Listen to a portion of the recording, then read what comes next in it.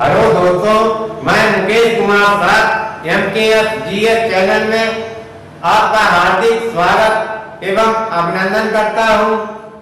आज हम विज्ञान, सामान्य विज्ञान या साइंस के क्वेश्चन देखेंगे जो पार्ट 8 है, जो police, SI, RO and PCS और अदर एग्जाम में उपयोगी सिद्ध होंगे। तो हम अपने टॉपिक पर चलते हैं। हम 1, 2, 3 बार दोहराते हैं जिससे जल्दी समझ में आता है और याद भी हो जाता है। कौन कौन कीट हैं?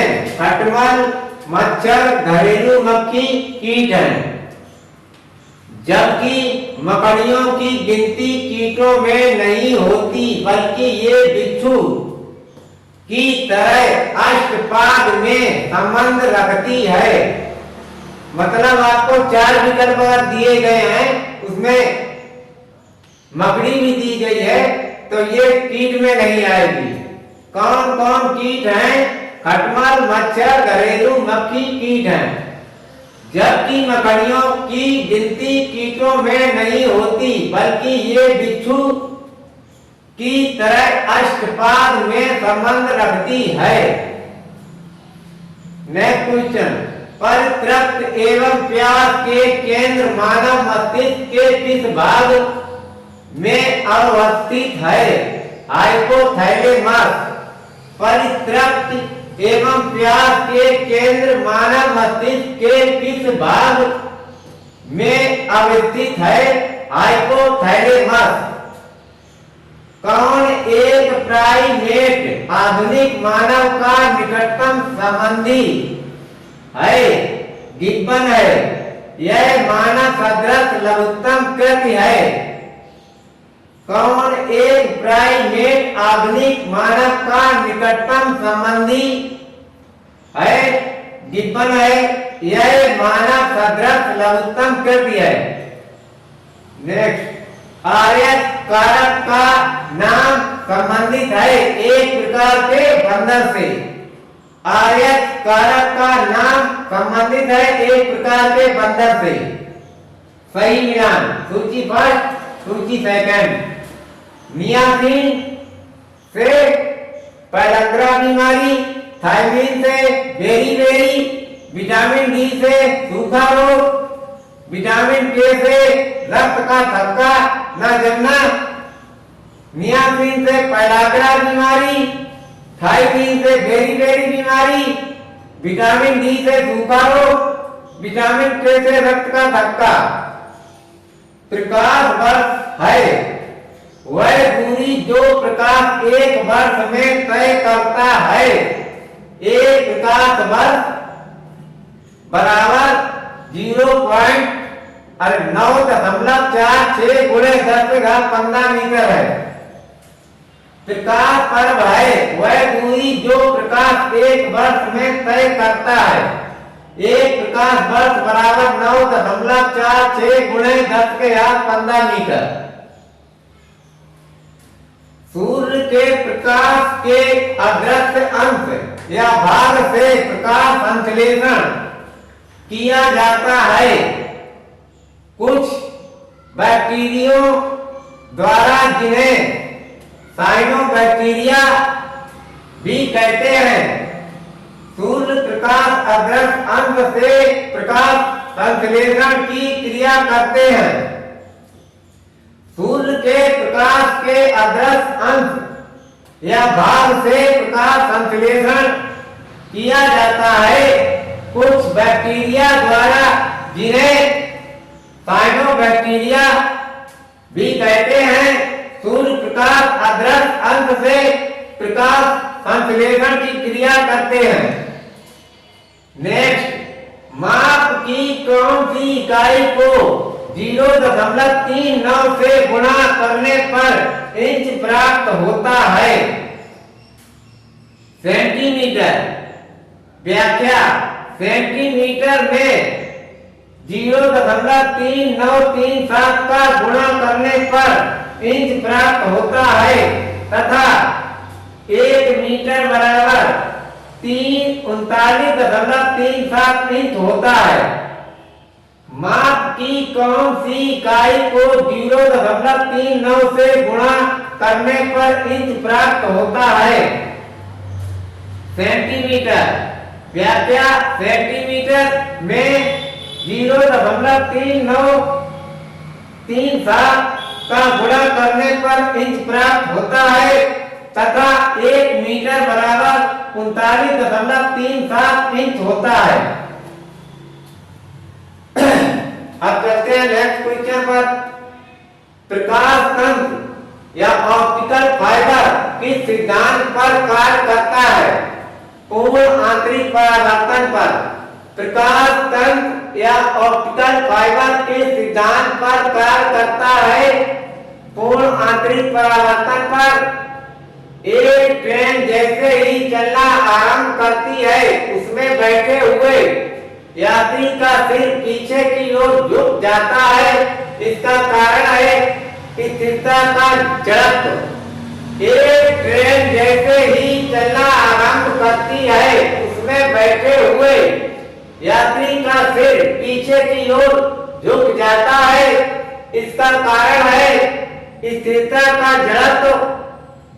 टेलीविजन ग्राही के दूरस्थ नियंत्रण में किस प्रकार की वैद्युत चुंबकीय विकिरण प्रयोग में लाई जाती है? अवरक्त वैद्युत चुंबकीय विकिरण। टेलीविजन ग्राही के दूरस्थ नियंत्रण में किस प्रकार की वैद्युत चुंबकीय विकिरण प्रयोग में लाई जाती है? अवरक्त वैद्युत चुंबकीय विकिरण। किसका प्रयोग फल पकवन हेतु होता है? एथेफॉन। किसका प्रयोग फल पकवन हेतु होता है? एथेफॉन। बायोगैस में मुक्ता होती है कार्बन डाइऑक्साइड एवं मीथेन। बायोगैस में मुक्ता होती है कार्बन डाइऑक्साइड एवं मीथेन। अम्ल वर्षा द्वारा निम्न वायु प्रदूषण के कारण होती है? नाइट्रस ऑक्साइड एवं सल्फर डाइऑक्साइड। अम्ल वर्षा द्वारा निम्न वायु प्रदूषण के कारण होती है? नाइट्रस ऑक्साइड एवं सल्फर डाइऑक्साइड। नेक्स्ट क्वेश्चन सही मिलान। एक सूची फर्स्ट, सूची सेकंड, एक पायरल हार्मोन और स्त्राव ग्रंथि। प्रोजेस्टेरोन गर्भाशय महिला में, टेस्टोस्टेरोन अंडाशय पुरुष में, थायरॉक्सिन थायराइड ग्रंथि में, इंसुलिन अग्नाशय में। प्रोजेस्टेरोन गर्भाशय महिला में, टेस्टोस्टेरोन अंडाशय पुरुष में, थायरॉक्सिन थायराइड, इंसुलिन अग्नाशय को प्रभावित करता है, मतलब अंतःकामिक ग्रंथि है। भारत में कथन ए, भारत में अमीर व गरीब दोनों ही कुपोषित हैं। कारण आर, अमीर गलत भोजन खाते हैं और गरीब रूखा सूखा भोजन करते हैं। ए तथा आर दोनों सही हैं तथा आर ए की सही व्याख्या है। कथन ए, भारत में अमीर व गरीब दोनों ही कुपोषित हैं। कारण आर, अमीर गलत भोजन खाते हैं और गरीब रूखा सूखा भोजन करते हैं। ए तथा आर दोनों सही है तथा आर ए की सही व्याख्या है। अब हम कुछ प्रश्नों की व्याख्या देख लेते हैं।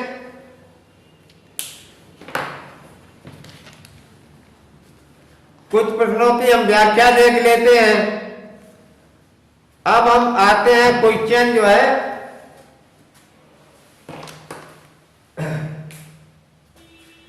परितृप्त एवं प्यास के केंद्र मानव मस्तिष्क के किस भाग में अवस्थित है? हाइपोथैलेमस। इसकी व्याख्या देखते हैं।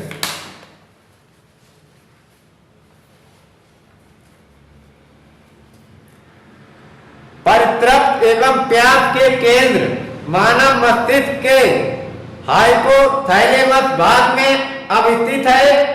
हाइपोथैलेमस अंतःस्रावी ग्रंथियों से स्रावित हार्मोन का नियंत्रण करते हैं। अग्र मस्तिष्क सेरिब्रम व डाइनसिफेलान में बटा है। सेरिब्रम चेतना शक्ति, बुद्धिमत्ता तथा स्मरण शक्ति का केंद्र है। अब हम व्याख्या देख लेते हैं। आर्यच कारक का नाम संबंधित है एक प्रकार के बंदर से। इसकी व्याख्या देख लेते हैं। 1940 ईस्वी में कार्ल लैंडस्टीनर और A.S. वीनर ने रुधिर में एक अन्य प्रकार के एंटीजन का पता लगाया। इन्होंने रीसस बंदर में इस तत्व का पता लगाया, इसलिए इसे आर्यस फैक्टर कहते हैं। किस बंदर से? रीसस बंदर। जिन व्यक्तियों को रक्त में यह रक्त पाया जाता है उनका रक्त आरएच माइनस पॉजिटिव कहलाता है, तथा जिनमें नहीं पाया जाता है उनका रक्त आरएच माइनस निगेटिव कहलाता है।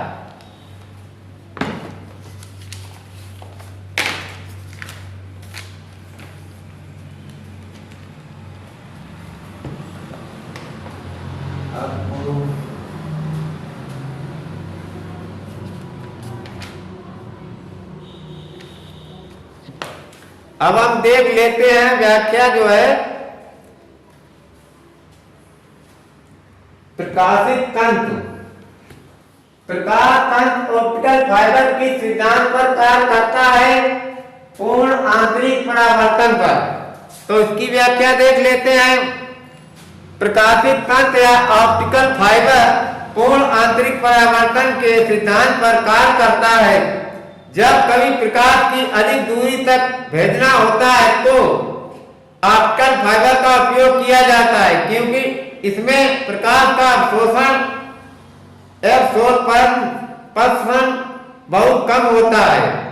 आजकल मोबाइल के लिए डाटा लिमिट बढ़ाने के लिए ऑप्टिकल फाइबर की लाइनें बिछाई जा रही हैं, जो घर के देश में रिलायंस द्वारा समुद्र में बिछाई जा रही है। अब आते हैं क्वेश्चन जो है, एक ट्रेन जैसे ही चलना आरंभ करती है इसमें बैठे हुए यात्री का सिर पीछे की ओर झुक जाता है, इसका कारण है स्थिरता का जड़त्व। इसकी व्याख्या देखते हैं।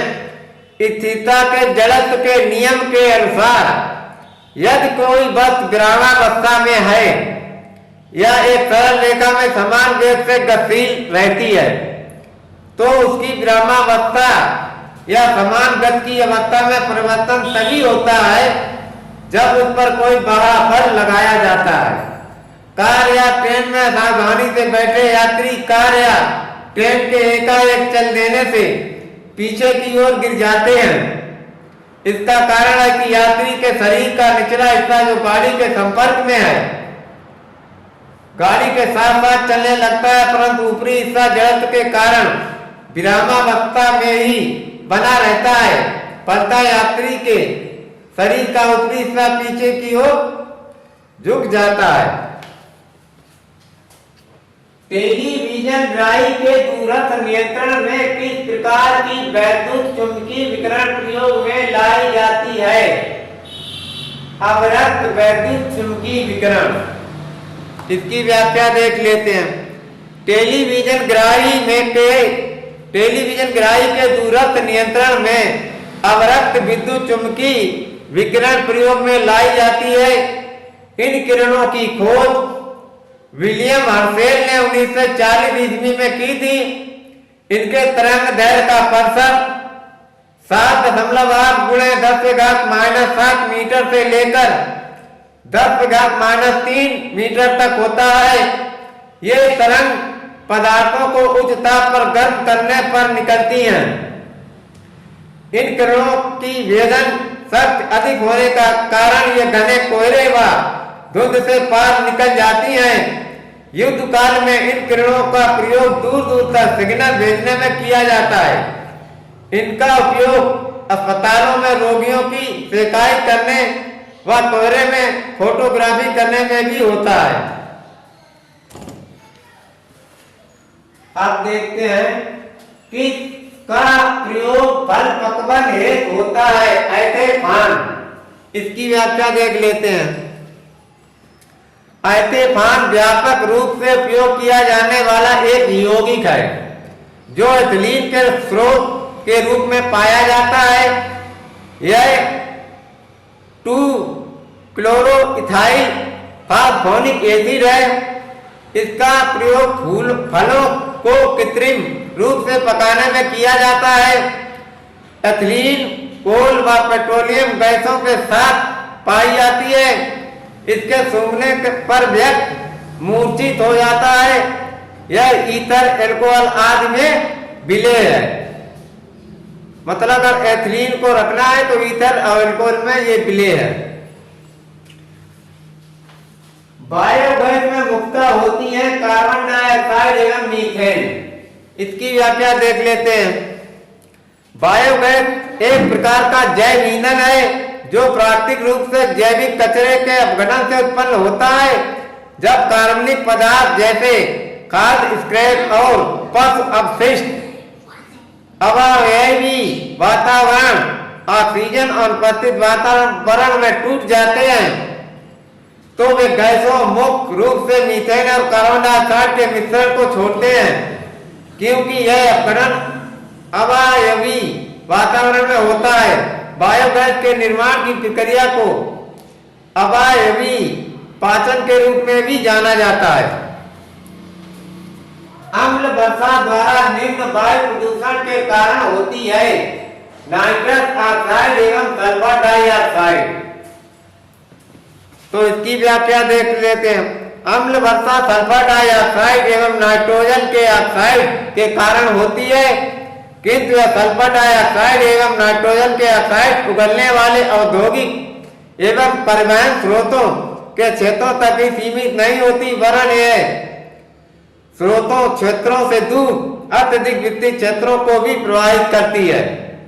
क्योंकि अम्ल वर्षा के उत्तरदायी प्रदूषक यथा सल्फर डाइऑक्साइड गैसीय रूप में होते हैं जिन्हें हवा तथा बादल दूर तक फैला देती है।